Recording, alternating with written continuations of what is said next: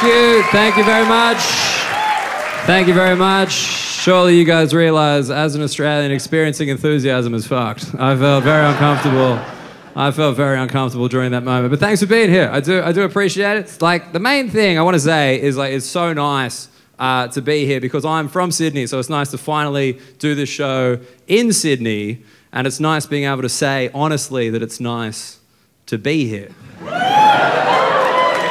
Because, no, you guys might not know, even when you're in a shithole, you have to say it. Like, they get real cross if you're like, yeah, it's fucking fine to be here, I guess. Like, it's the worst in Adelaide because you're like, it's nice to be here, and it's not. You know, it's not nice.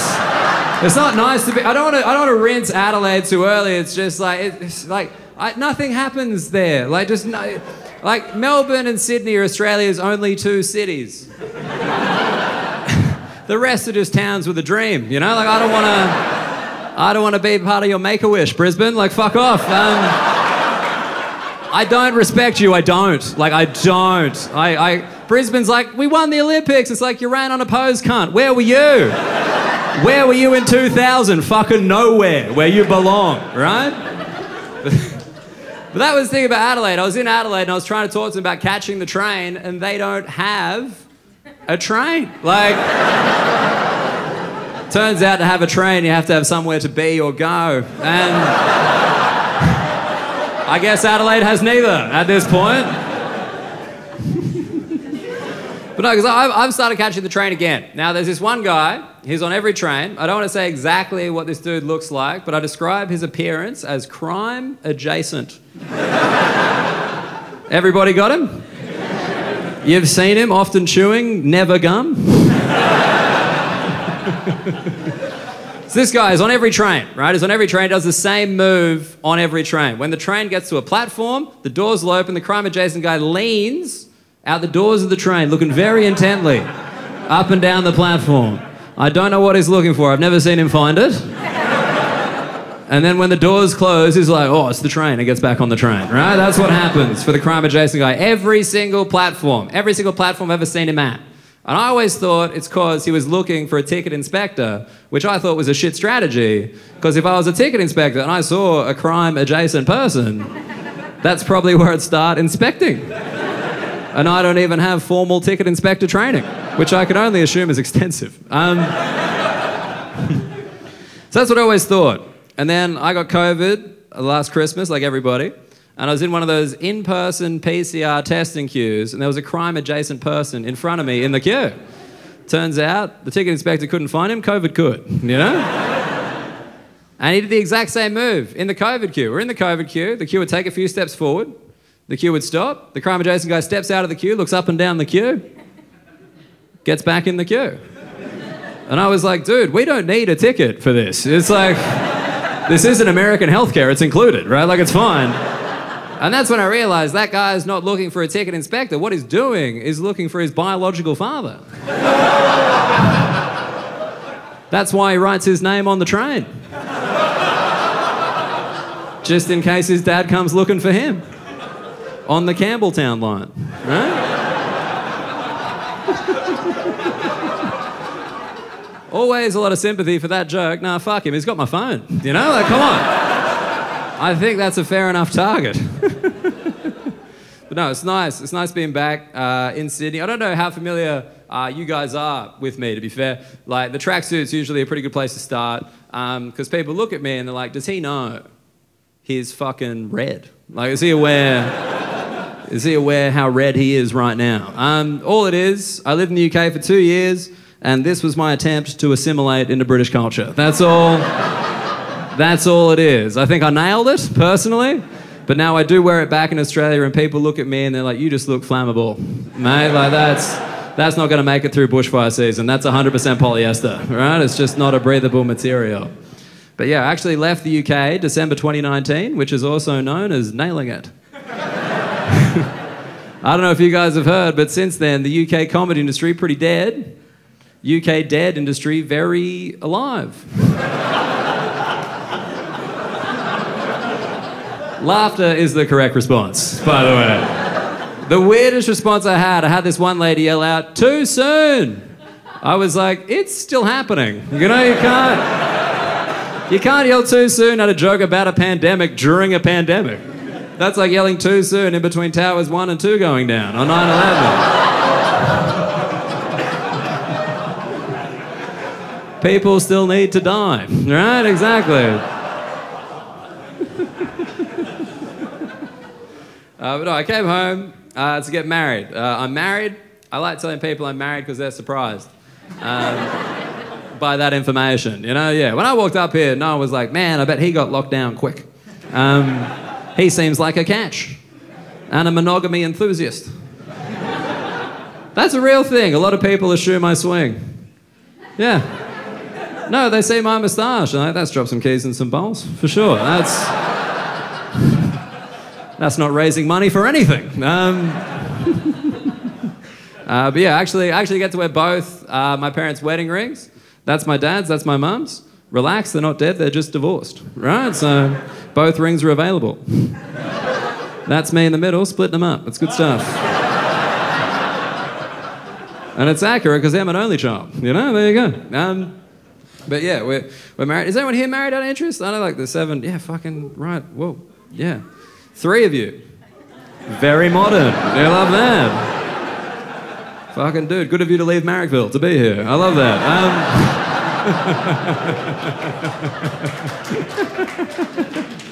No, so what's your name, brother? Jad. You can go with Jay, that's it. Nah, fucking don't lose faith in me that quick. You said it real fast one time. What's your name, sir? Jad, rhymes with dad. Your name is Jad? That's right. Fuck, thank you for that rhyme. I never would have got there. Like, in 1,000 attempts, I would have been like, jazz, jats, jam. And you're like, not even close, brother. Jad. Nice to meet you, Jad. I'm Daniel, I'm the guy. Can I ask you a question, Jad? Yes, sir. Do you ever have a male friend come up to you and tell you something and then say, don't tell your wife? Does that ever happen, Jad? Yes. Yes, it does. Do you tell your wife? Every single time. Every single time. Fuck yeah, Jad. I mean, I've never heard that name before, but it sounds like what a guy with that name would do. Does anyone else feel that in their heart a little bit? Being like, yeah, Jad's a fucking snitch, dude.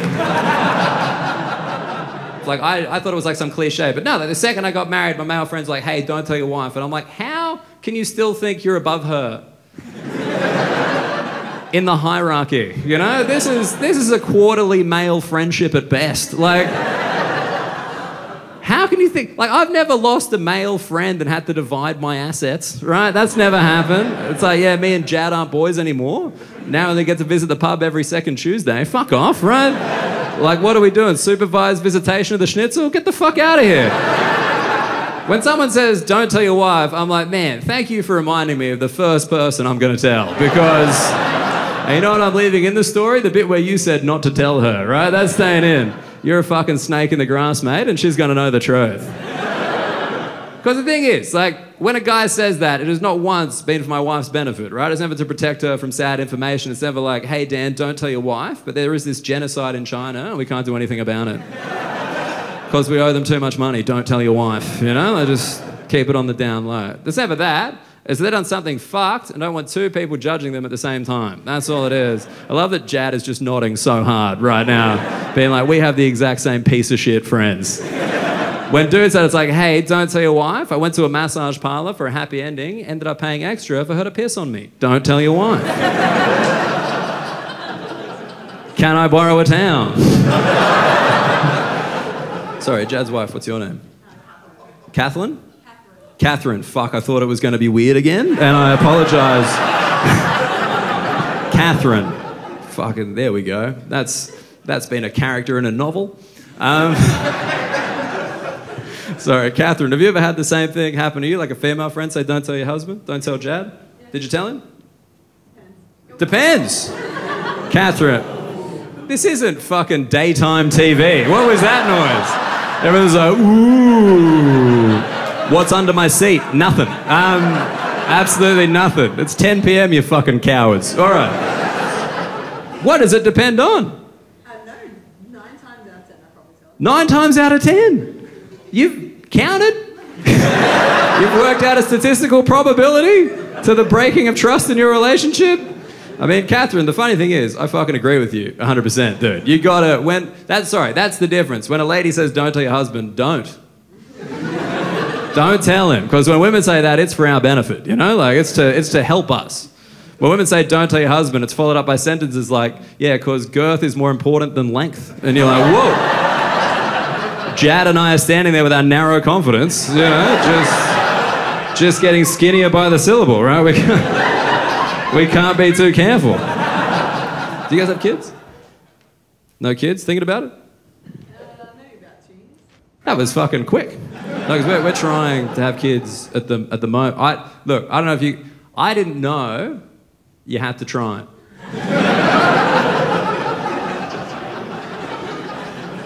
That's some... You hear that male laughter? Yeah, being like, wait, you do? Like, yeah, no, I'm like you guys. I just thought you stopped preventing it. And were punished with a child. That was my genuine understanding, right? Like, I thought it was kind of like a climate change scenario, you know? Just like, if we do nothing, it's a boy. Like,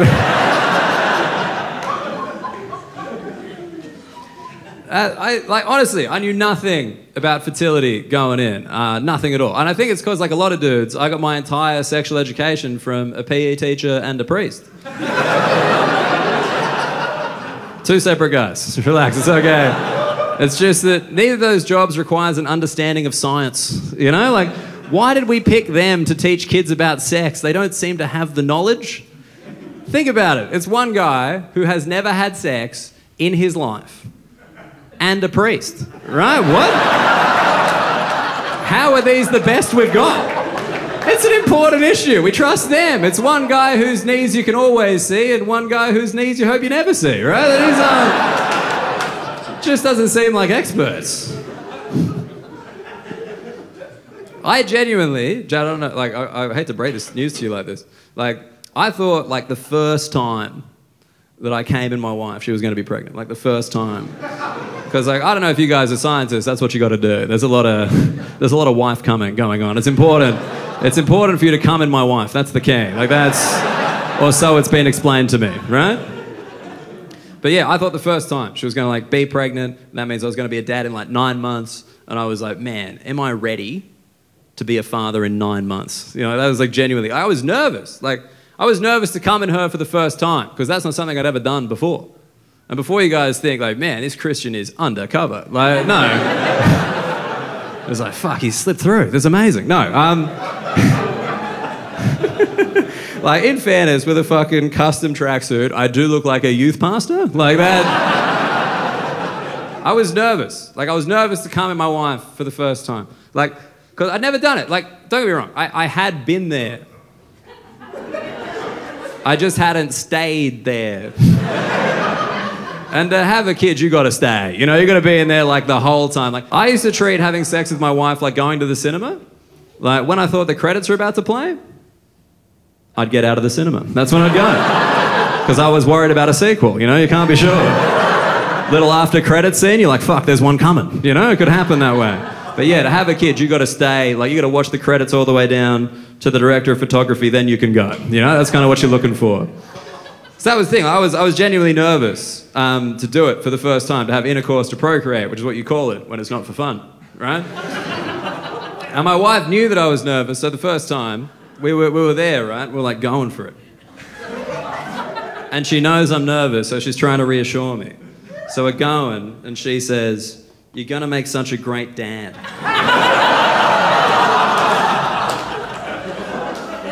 And I was like, that's a pretty early call, to be honest.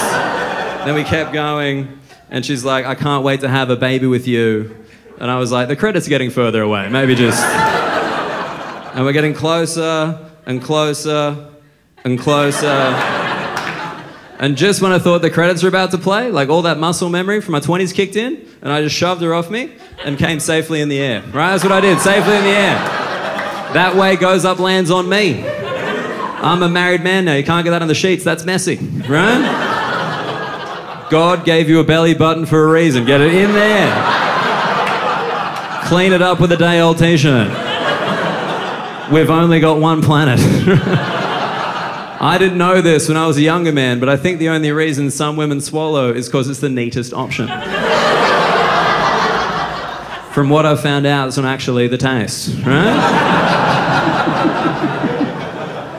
That was 18 months ago. Still no baby, still no pregnancy. We've actually done the fertility test. I don't know if anyone here has ever done fertility tests for women. They're quite expensive and invasive, but for dudes, pretty sick. Honestly, probably my favorite ever test. Because our test is we have to jizz in a cup. That's the test. Sorry, I said that wrong. We get to jizz in a cup. It felt like permission, you know? When my doctor was like, can you jizz in this cup? I was like, fucking oath, mate, let's go. Honestly, don't even worry about the Medicare rebate on this one. I'm happy for you to keep 100% of the cum, right? It's all yours. Run the test twice, knock yourself out. But I'd only ever seen fertility tests in American films where you take the test at a clinic, open the door, hand it to the nurse, thank you very much. But in Australia, you actually take fertility tests at home. So I was home, and I was just about to take the test, and my wife called me, and she was like, can I be there? And I was like, why? And she's like, because I want to make sure you're doing it right.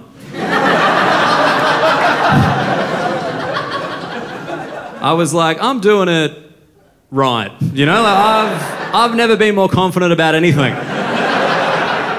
In fact, sometimes you do it wrong. Like that's how right I do it. I've never studied harder for a test. I take a practice exam every time she goes to Pilates, right? Like I'm gonna nail this fucking test, lock it in. And I took the test. It was more than I thought there'd be, which felt good, you know, good stuff. But then it was time to deliver it to the clinic, and I'll be honest with you, I've never checked an address more. That's not one you want to get wrong. You don't want to walk through the wrong door being like, here's the cup of jizz you've been waiting for. And the guy behind the counter's like, sorry mate, this is ear, nose and throat. And you're like, oh. So close. But only one of those places is jizz appropriate. Right? I think we can all agree. For anyone who cares, the test came back fine, by the way. My wife has more eggs than most women her age. And I had a doctor look me in the eye and tell me I have an above average load. Thank you.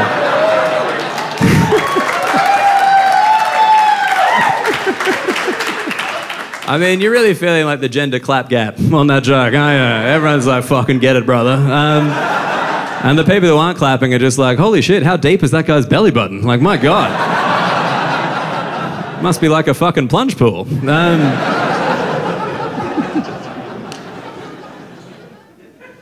So we just got to wait. That's the thing. If you know, the doctor's like, just wait, just keep trying. And it's very weird when you have a medical professional prescribe you sex and everyone's upset. Because I'll be honest with you, I feel like waiting is not something I've been well prepared for. I'm a 33-year-old person. Waiting is not our generation's thing. Like, have you ever ordered something online and they're like, yeah, it'll be 3 to 5 business days? And you're like, you fucking what? Give it to me tomorrow. Exploit somebody so it gets here on time, right? I'm not giving you $12 to not give to them for nothing. I'll be honest, I don't mind the wait. I don't mind the wait just because it's given me time to actually hang out with children, which I hadn't done before.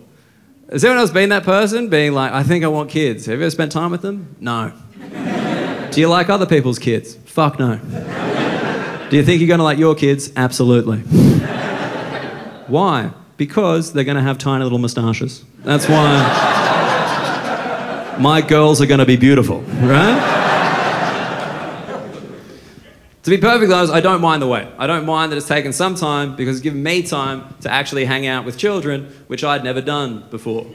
Because I don't know if you guys can tell by looking at me, people don't ask me to babysit. You know, that doesn't happen. No one ever looks at me and goes, I bet he's good with kids. People look at me and go, I think you might be too good.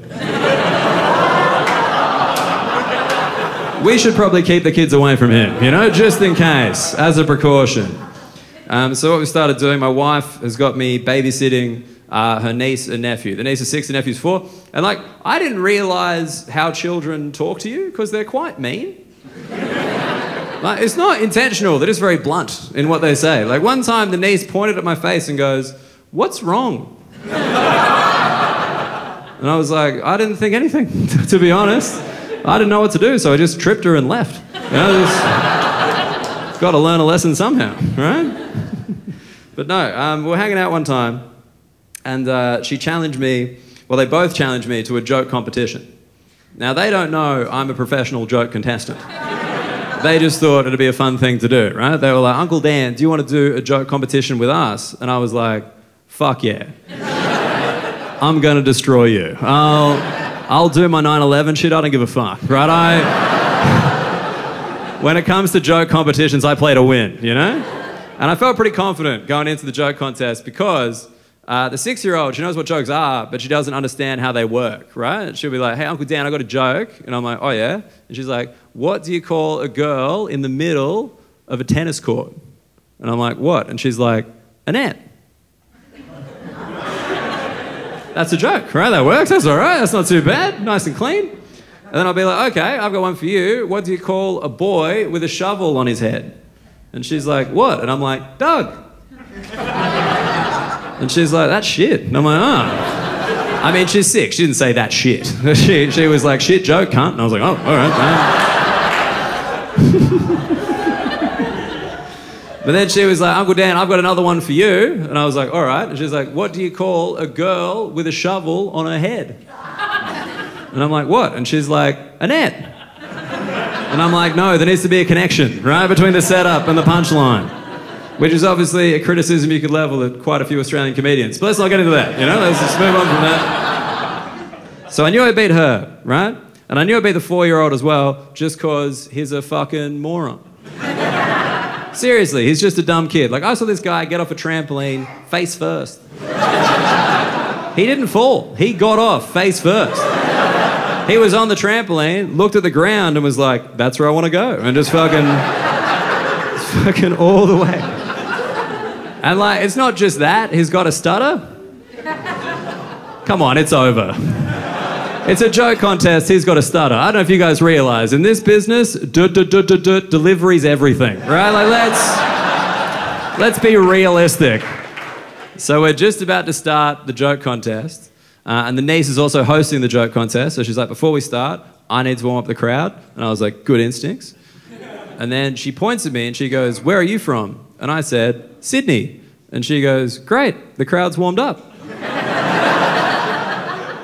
Have you ever had your career reduced to one sentence? By a fucking 6-year-old who just nailed the brief? Honestly, I was so rattled, I pulled out of the joke contest. I was like, "I'm having an existential crisis, you can get fucked." I left the playground, the other parents were relieved.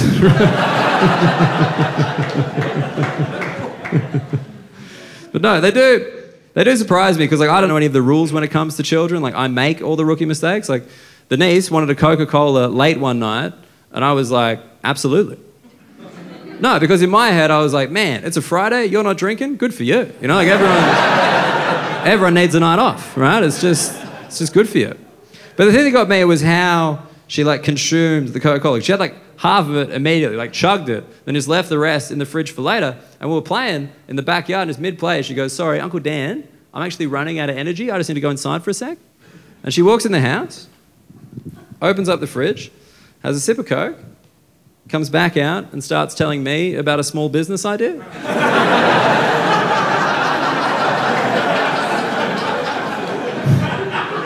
And I was like, "Man, that is fucking mature, you know?" She's only 6, but that is almost exactly how I use Coke. Turns out as you get older, Coke just gets more expensive and less pure. Just like life.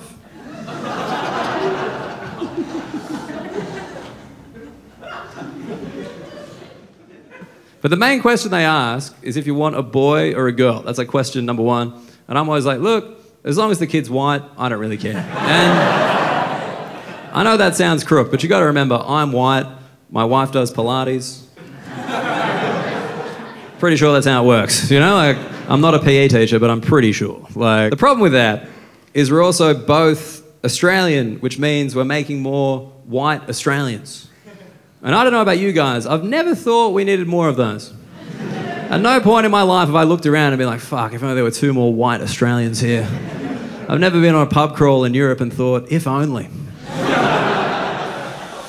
Prague needs more white Australians. I've never been on a Jetstar flight to Bali and thought, if only. There's just not enough people saying cunt at 9 a.m. You know, I feel unsafe, you know? It's no good.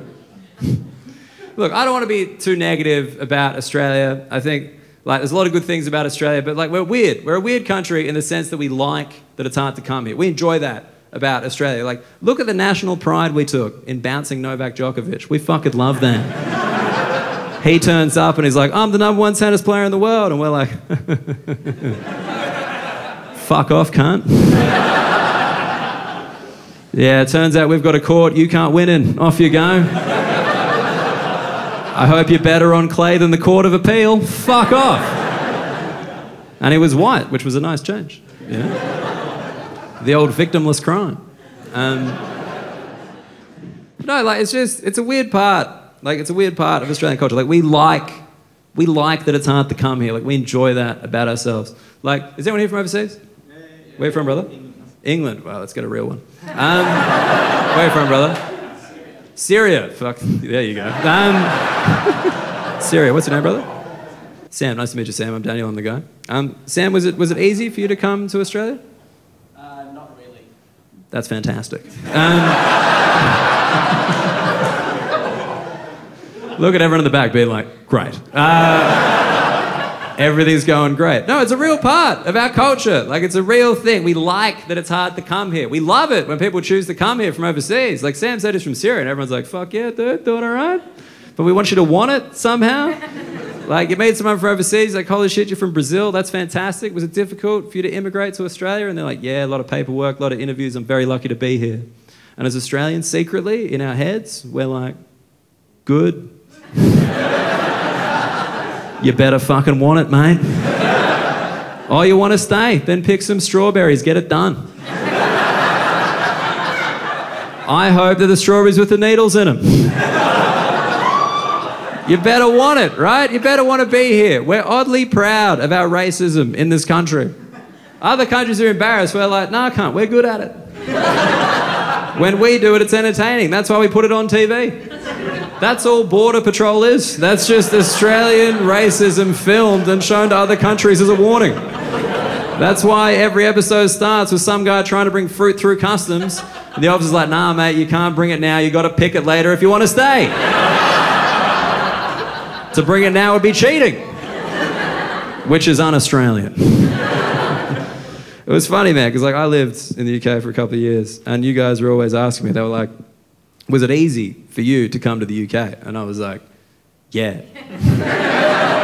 Like, super easy, you know, like, so easy. Like, all you need as an Australian to immigrate to the UK is a photo. Like, not even of you, they don't mind, you know, they don't check, you're just through the gate. And they're like, well, how is that fair? Like, why is it easy for you guys to come to the UK, but it's hard for us to go to Australia? And I'm like, well, if you think about it, my white skin is kind of a receipt. This is clearly the original store I was purchased from. So if I want a refund, that's my right, Your Majesty. That was the thing, I lived there for 2 years, never had asthma or any of the allergies I have in Australia, and it was only when I left, I was like, oh, that's because I was supposed to live here. Hay fever isn't an allergy to pollen, it's karma for white people being where they shouldn't. That's what that is. And it might sound silly, but you never had an Aboriginal mate ask you for a Zyrtec, have you? It's never happened. No, look, I had to go at us for being a racist country, and we definitely are, but, like, I think we're trying to improve. I really do think Australia's trying to improve. Look at Australia Day, great example, right? That's changed a lot in my lifetime. It used to be, hey, day off work, 100 songs to count down, nice. Whereas now it's that day that we're like, oh, were we not always here? You know, I still have very fond memories of Australia Day. Like, I actually met my wife at an Australia Day party, and before you guys think I'm a piece of shit, relax, it was in 2011, before we'd done anything wrong. And it was overseas. You know, you can still celebrate Australia Day overseas. It's fine. That's a loophole. Think about it. There's a country where you don't belong, you turn up, ruin their day. Is that not the spirit of Australia Day? No. And that's the thing. Like, I'll be honest. I like the change. Like, I prefer the new Australia Day because I used to have to feel weird about being a white Australian all year. Now I can get that done in one day. So much more efficient. I wake up January 26th, I'm like, I'm so sorry, here's a black tile. Go to bed knowing I'm part of the solution. Wake up January 27th, I'm like, wait, you're from Syria, fuck off home. You know, I've done everything I can. I've done everything I can. There's only one group who still celebrates Australia Day, on Australia Day, and it's not racists, it's not bogans, it's recent immigrants. Yeah, turns out you don't get to call it Invasion Day on a bridging visa. Doesn't work like that. Might want to learn Don Bradman's average before you complain, mate. Otherwise, I can think of 99.94 reasons it's not getting renewed.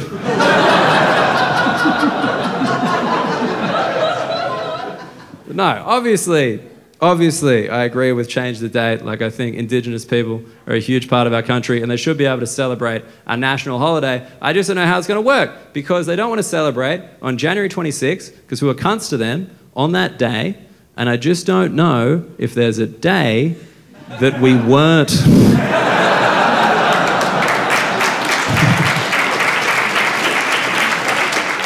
Like, maybe February 29th at a push? You know, like, maybe. That's the best solution I can come up with so far. It would mean one Australia Day every 4 years, but fuck, it'd go off. You know, think about it. 400 songs to count down. 4 years worth of tins. We get so lit, we'd invade New Zealand. We'd do what needs to be done. Take the South Island 2024, North Island 2028. On the day they surrender, that's when we celebrate Australia Day, going forward. Look, I'll be honest with you, the whole we can't just create a new public holiday lost a lot of momentum when the Queen died.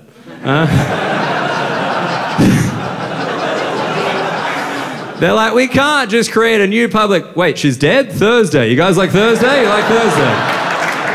Thursday week, seems respectful. Wait, just double checking, it was a white lady who died? Excellent. Look, I don't want to come across like I'm preaching about any of this shit. I just try to talk about it because I think it's important. Like, I fuck up all the time, you know? Like, I was driving an Aboriginal mate of mine through Sydney and we drove past the Aboriginal flag flying in someone's backyard, and I did what I think anyone would do in that situation, which was nudge him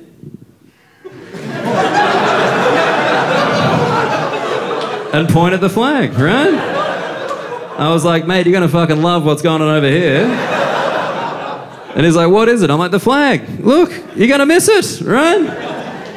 And he's like, Dan, did you just nudge me and point at the Aboriginal flag because I'm Aboriginal? And I was like, yes. And you missed it.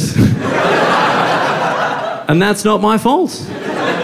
And he's like, Dan, you realise you can point wherever you want? It's all mine?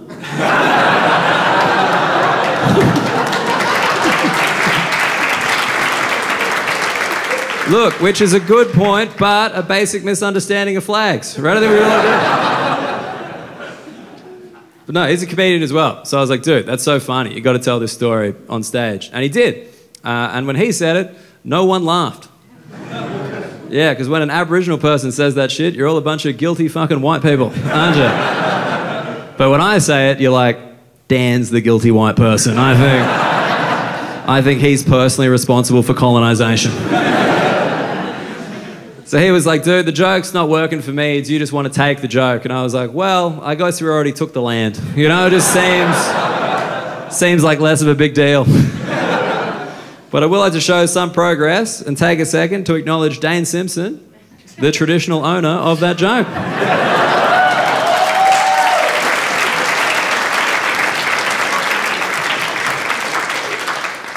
How good does it feel to be part of the solution, guys?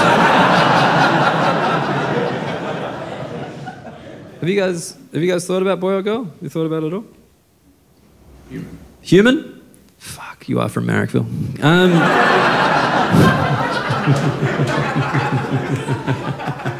No, it's a good answer. I mean, I'm not even there yet, you know. I've thought about it. I think girl. I think I prefer to have girls, but that's just because it's important to me to earn more money than my children. That's all. And it just increases the odds, right? It just increases the odds. I'm in the arts. It's on a knife's edge. I mean, I actually, to be honest, I agree with you. I think it's an outdated question, boy or girl. Like, it's weird. Like, those aren't the only two options anymore. Do you find it weird that gender reveal parties have become popular just when gender's never been less permanent? It's like every gender reveal party's a cliffhanger if you think about it. Yeah, this is the end of season 1, but wait till you see season 8. Like, we got a whole new cast. And like, I don't know.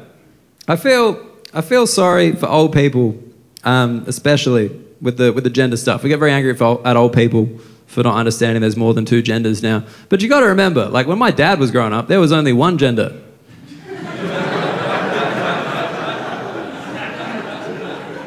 Men. And then in the 1970s, Jermaine Greer invented women. Remember? Another great Australian invention, right? And now there's more than 2. Of course they can't handle that. Of course old people can't handle that there's more than 2 genders. Old people can't handle when there's more than 2 bins. Have you ever seen anyone over the age of 60 approach 3 bins? Too many bins. They're walking up being like, rubbish, classic, recycling, okay. Compost. This is a wooden fork. It's kind of all of them. But also none of them? Like, I think it must be rubbish because I don't want to use it again. But it seems to identify as recycling. It's got this little triangle. And how could it not be compost? It's made of fucking wood. Never would have happened with plastic. Life was easier back then. Throw it out if I felt like it. Weather unaffected. Then they just throw the fork on the ground. Go home and vote family first again. You know, because it's easier. It's easier to litter than to learn. Why are they called family first? Because they choose who to fuck. They choose their family. First. No? You guys don't like a good Tasmanian Christmas? Fuck off. I did that joke in Launceston and they bloody loved it. They were banging their heads together. It was awesome. It was awesome.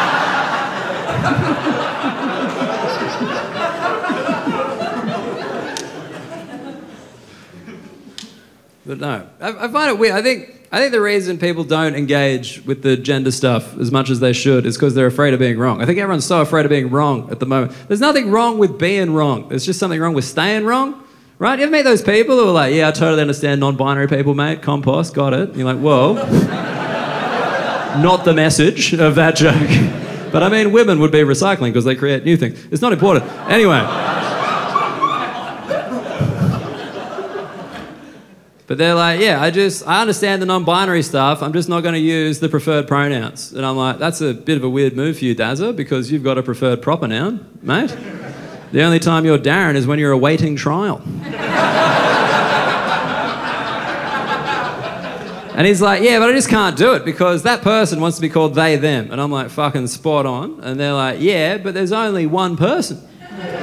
I can't identify one person as 2 people, mate. Like, it's just no good for the English language. And I'm like, Dazza, I'm so sorry. I didn't realise yous were linguists.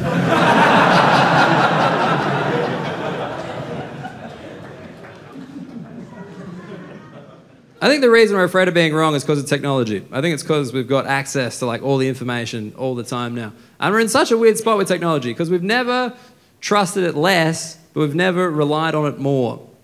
Like, not trusting technology is a new thing, by the way. Like, back in the day, no one was like, I think my abacus is listening to me. Gathering secrets for Galileo. But yeah, there's 2 groups in this room. One group thinks they know the way better than Google Maps. And the other group would not know how to get home from here without Google Maps. You ever meet those people? Is it they know the way better than Google Maps? They're like, yeah, that's not the way. That's not the way. And you're like, yeah, I know, it's the suggested route based on current traffic conditions. There's another one with a similar ETA. Who cares? And they're like, yeah, but it's not the way. It's not the way I've always gone. The way was handed down to me by my father. And his father before him. And his father before him, because women hadn't been invented yet. My dad's one of those people. He thinks he knows the way. He's been divorced twice. Coincidence? No. And of course, men always get divorced a second time, because after the first divorce, they're like, probably wasn't me. Let's run this back with a control group.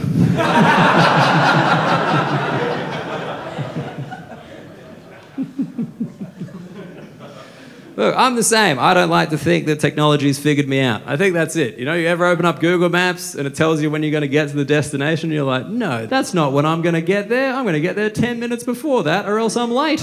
And then you get there exactly when it says and you're like, fuck. But we don't want the algorithm to know that it's figured us out, you know? Like, there are dudes in this room who are getting hair loss commercials on their phone and they think they're not losing their hair. It knows. Your phone knows. You know how I know that? Because it's got 1,000 photos of your fucking head in chronological order. Just watching this guy get bigger and bigger and bigger. And I get it, I'm the same. I don't like to think technology's figured me out. I'm on TikTok, which is embarrassing to admit because I'm in my 30s, but you got to corner that Chinese comedy market somehow, right? You got to get in there. And this is what TikTok shows me, right? This is what I see on my TikTok feed. All I see, and by the way, what's important to know, all I follow, stand-up comedy, fitness gurus, shut up, and sports highlights. That is all I follow on TikTok. This is what TikTok shows me. Very attractive women dancing. How does it know? Because I'm not upset. How does it know? I've never clicked like, I've never commented, I've never followed, I've lingered. But that's it, all I see, video after video, very attractive women. Even, I'll try to throw it off the scent, actively. I'll go around, the other week, I just went on, typed in book club, just looked at video after video, liking, commenting, seems like a great read. Went back the next day, now it was just the same chick, but with war on this tit and peace on this one. I was like, how do they know? How have they figured us out? I'm just a heterosexual man. Who would think we like tits? And look, sometimes I'll give in. I'll jerk off to these videos in 60-second increments. And when I finish jerking off, I'll swipe up and it's an ad for Uber Eats. And I'm like, fucking TikTok, spot on again. With all this jerking off, I've had no time to cook. And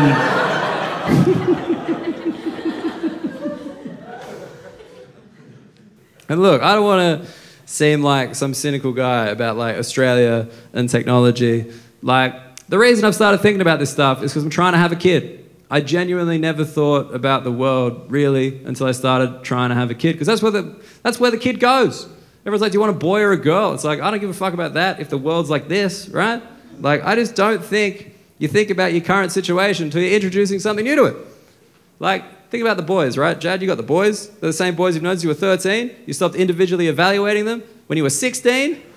And you don't think about it. Then you introduce your partner to the boys and she's got some fucking follow-up questions, you know? I remember the first time I introduced my wife to the boys, she was like, what is the deal with Steve? And I was like, oh, I guess he's kind of a criminal? Like, I don't know. Like, I don't know 100%. She's like, wait, like a sex pest? And I'm like, oh, no, that's Jim. Jim's the sex pest. Steve will steal your stuff, not your innocence. You know, it's very different. And she's like, and what's Shit Tim's story? And I was like, what? She's like, why is he called Shit Tim? And I'm like, I don't know. I think we had 2 Tims. That's the best explanation I've got, right? I have a guy in my life called Shit Tim, and when people are like, why? I'm like, I don't know. Like, I don't want to sound too negative about Australia. You know, I said we're racist, and we are. But we're less racist than we were. Still racist. But less. Like, think about it. In Australia, people just used to get bashed for being Asian. Now, we criticise their driving from inside Japanese-made cars. That's progress. It's not a solution, but it is progress. And when it comes to race, I think you should not seek a final solution. I think incremental steps are the key. If you rush, mistakes get made. That's like, I think about racism. I think about racism in Australia like Rove McManus on television. There was more. Now there's less. Probably still too much, right? That's...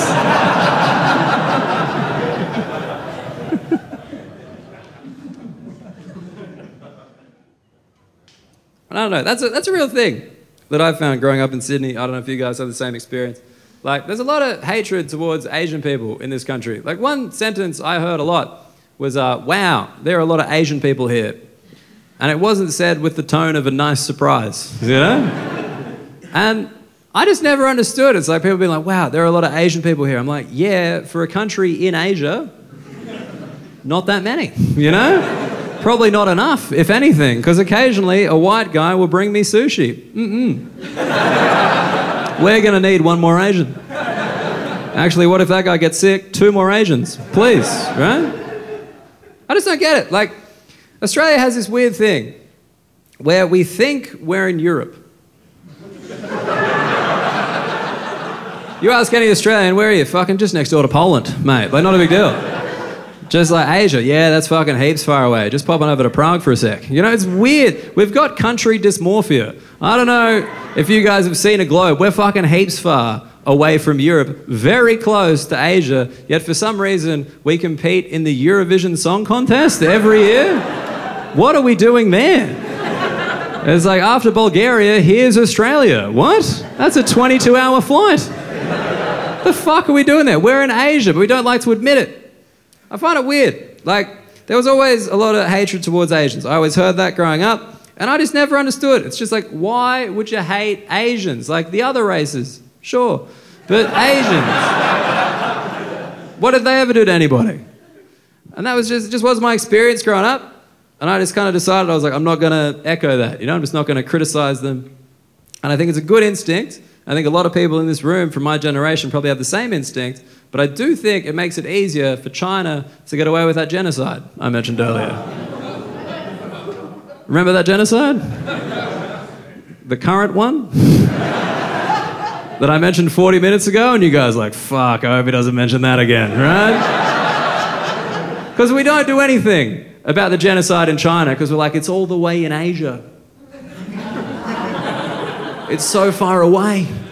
We got to help out with this European war around the corner, you know? Ukraine, weapons are coming. They're stopping over in Singapore right now, but they'll be there soon. You know, there's no direct flight just yet.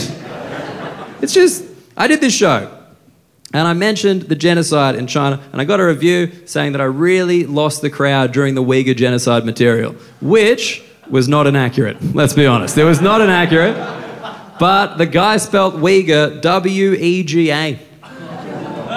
That's a certain level of ignorance. W-E-G-A. What are they, part of a fucking cheese dynasty? What are we doing? Yeah, they're Muslim. Are they Sunni or strong and bitey? What is going on? We can't even spell the name. Call me crazy. I don't think in 1943 any journalists were calling each other being like, is Jewish with a J or a G? I just want to get this right for print. And it's awkward. I get it. We don't want to criticize other countries anymore. Like, but we hear about concentration camps in China and we're like, well, they are a studious people. You know, let's not jump to conclusions. And there's slavery happening in the world as well. In the Middle East, there's slavery. We all know about it, but instead of engaging with it, we're just like, man, 6-star hotel. So cheap. How'd they do that? How do they add a star but make it cheaper? Man, the Australian dollar's fucking great, you know? I love that. You don't think about it because you're used to it. And like this is the thing, I've never thought about myself as a political person, but I'm going to come out and say it. I think genocide and slavery are bad.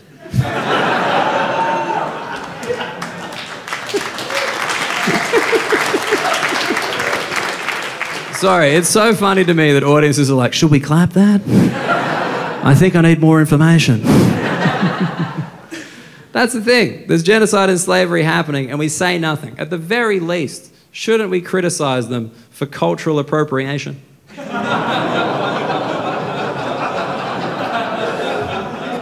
Because I don't know if you guys remember, that's kind of our thing. Genocide and slavery. We might not have invented it, but we made it our own. You guys are killing Muslims? Man, we love killing Muslims. We did that in the Crusades and earlier this year. Like, I get it. I get the reluctance to not tell other cultures how to live anymore because we're not always or often right. But I think at one point we've got to be like, hey, China, the Middle East, we've all been there. And no one is arguing with the short-term benefits. But this is going to cost you in the long run. Because in 200 years, the slaves are going to get free and they're going to make movies about you. And you are not going to come off well. And I know you're thinking, wait, how are these slaves going to finance these films? Well, it turns out there's this other group that people tried the genocide and they have some connections to the film industry. Yeah.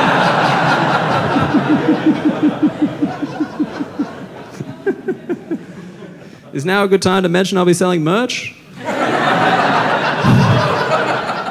I hear guilt's a powerful tool. No, I do have one item of merch. It's a face mask with my face on it. I ordered these when I thought COVID was going to be kind of more of a thing earlier this year. And I told the graphic designer one thing. I was like, I just want this to look exactly like my face. And he was like, not a problem, mate. And then he sent me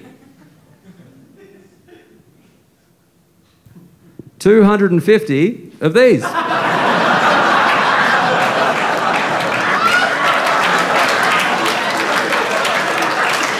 250 of these. This is what my face looks like, apparently. It's when my niece was like, what's wrong with your head? Fucking heaps. Fucking heaps is wrong with my head. I'm mostly moustache. Now, you can get those after the show. For 15 bucks, they're very cheap because I got them made in a Chinese factory. Let's not pretend morality isn't tricky. But no, I do really appreciate you guys coming out. I'll get out of here real soon, but I wanted to thank everybody, but I just can't because it's fucking two dudes wearing shorts in the front row. You know, it's no good, brother. Why can I see your knees right now? You know, this is the arts. Why am I looking at your quad? It's pretty thick, maybe he cycles, I don't know. Could be good.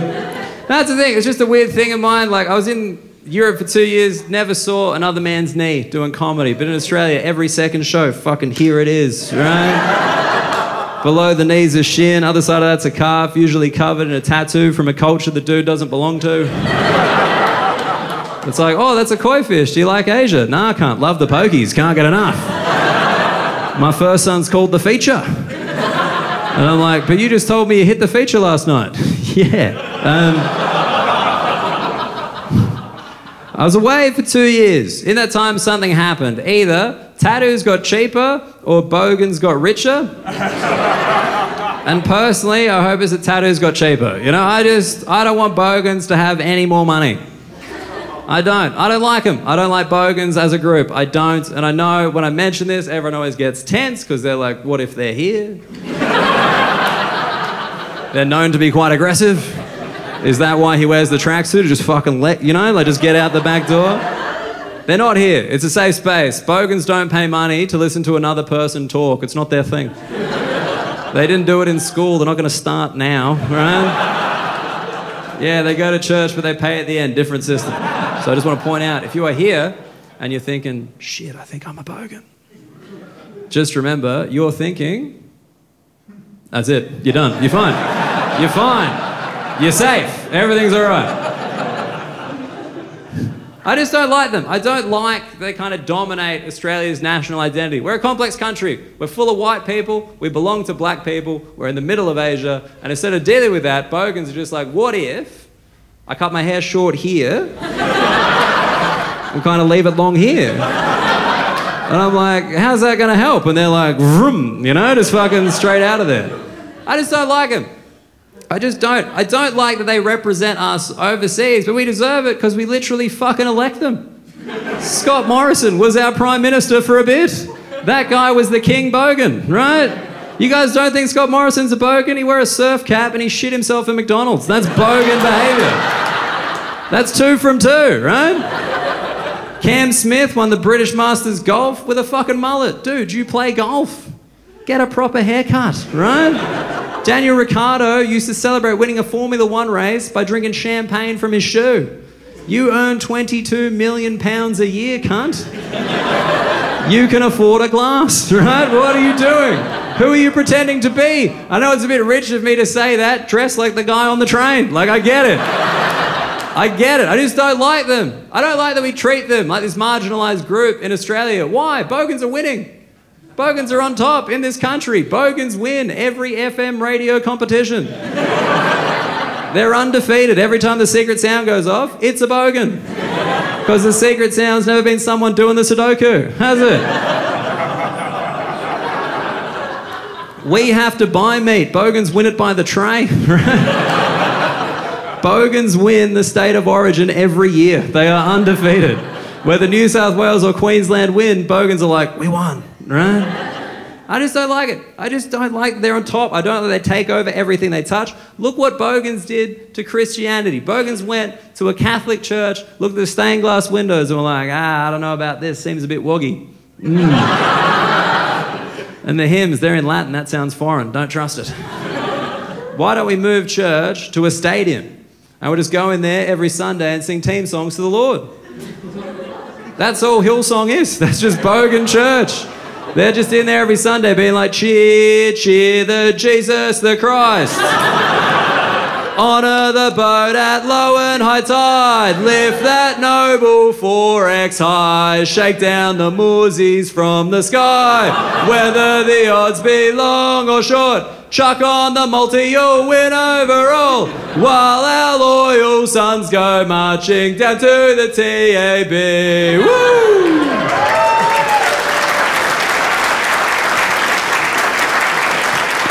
Guys, you're clapping. That's a fucking hymn to them, you know? That's a hymn.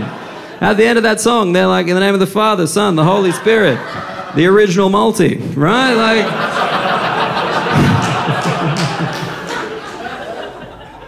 And that's the thing, like, we worry about bogans. Why? They hate us.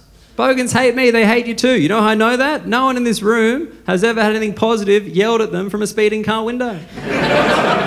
No car's ever sped past me being like, fun the arts, right? It's never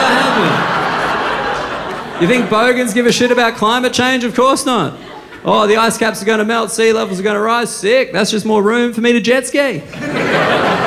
And less room for people to immigrate to this country. I get in trouble for doing this joke because people think I'm making fun of poor people. I'm not. Being bogan has nothing to do with any of that. You can be rich, you can be poor, you can be black, white, Asian, whatever. Being bogan is a choice. Being bogan is believing deep in your heart that knowledge is gay. And that might sound silly, but it fucking explains it, doesn't it? That's why they can never pick up a book, because they're like, what if I pick up a man next? You know, you can't... How am I going to tell my dad? And yeah, it's been 18 months trying to have a kid. And people ask me if I want a boy or a girl. And like, you know, I said I wanted a white kid. Obviously I was kidding. It'd be great if we conceived naturally. But if we got to adopt, that's fine. I'll adopt a Chinese kid. I don't give a fuck, because guess what? Not every Chinese person is responsible for the actions of the People's Republic of China. I said I wanted girls. I'll cop a boy if I have to. If I have a non-binary kid, I'll learn about the bins. Right? I'll figure it out. Be very handy to know. There's only one fucking kid I can't have. Can't have a bogan. Dude, I can't. I just can't. I can't be responsible for raising that. You know? I think I'd give it to the age of 12. No, that's when you know. That's when you know if you've got an Alex or a Xander.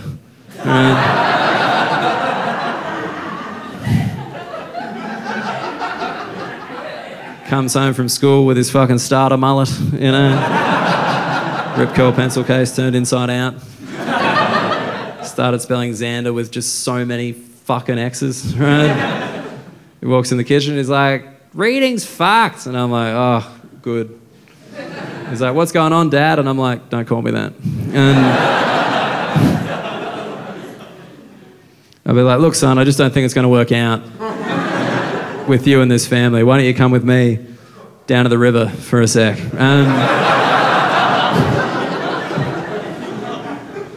And I take him down to the river, and I'd be like, he's like, what are we doing here? And I'm like, look, son, I just don't think it's going to work out for you in this family, but I want you to be happy, so I've gotten you a gift. It's a tiny little jet ski. Go out on the river, son. Don't stop going till you hit the open ocean. Then you're going to keep going until you hit Bali. That's where you'll find your people. You're going to love Bali, son. Nobody reads. You don't need to wear pants. And you can look around and say accurately, wow, there are a lot of Asian people here.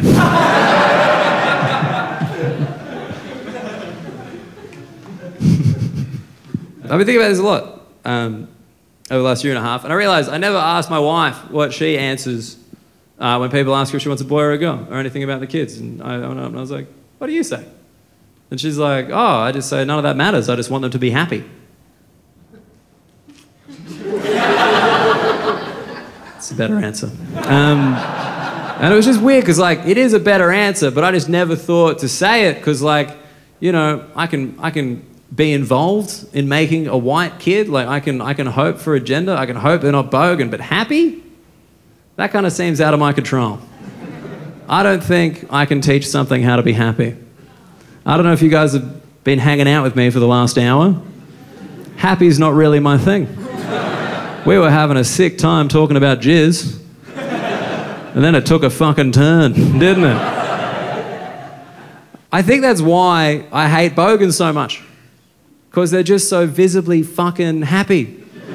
They're having a sick time. Bogans are loving it. They don't give a shit. Have you ever seen a bogan spend $20 on meat raffle tickets to win $12 worth of shit meat? And they walk out of the club being like, winner. They're so happy. They don't need anything to be happy. They're just happy. And it really fucked with me. So I messaged the boys, got in the group chat, and only shit Tim got back to me. He's often available. And then we went down to the pub, and he was like, so Muggers, what's up? And I'm like, well, Mary's still not pregnant. And he's like, yeah, man, I keep telling you, you got to stop putting it in her ass. And I was like, Tim, this isn't a fucking Google Maps issue, champion. But I did just remember why we call you shit Tim.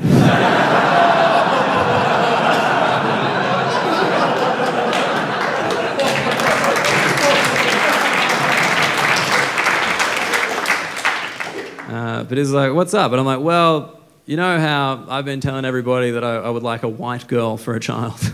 And he's like, yeah, I thought that was a bit weird. And I was like, yeah. Well, Mary just wants a happy kid. And he's like, that seems like a better answer.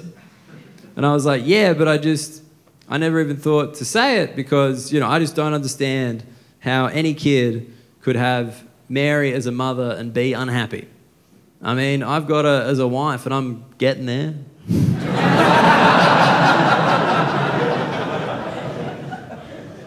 And he was silent for a sec and he was just kind of like... And I'm like, shit, Tim, what are you doing? And he's like, so that's beautiful, mate. And I'm like, shit, Tim, are you crying at the pub? And he's like, yeah. Don't tell your wife.